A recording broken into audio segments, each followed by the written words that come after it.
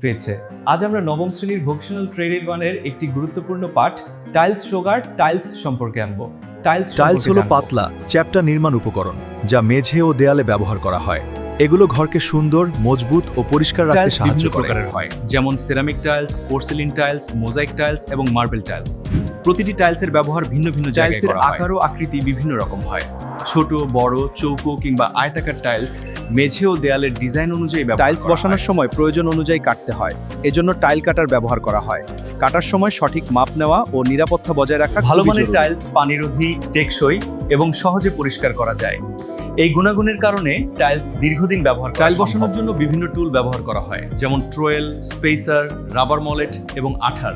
এগুলো কাজকে সহজ ও টাইল বসানোর সময় বিভিন্ন প্যাটার্ন ব্যবহার করা যায়, যেমন সরাসরি লাইন, তির্যক বা হ্যারিংবোন প্যাটার্ন। টাইল বসানোর পরে ফাঁকগুলো গ্রাউট দিয়ে ভরা হয়। ফাঁকগুলো মসৃণ এবং পরিষ্কার রাখা জরুরি। টাইলের কাজ করার সময় নিরাপত্তা বজায় রাখা জরুরি।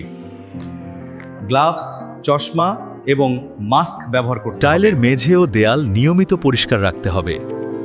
জল, মপ এবং টাইল ক্লিনার ব্যবহার করুন।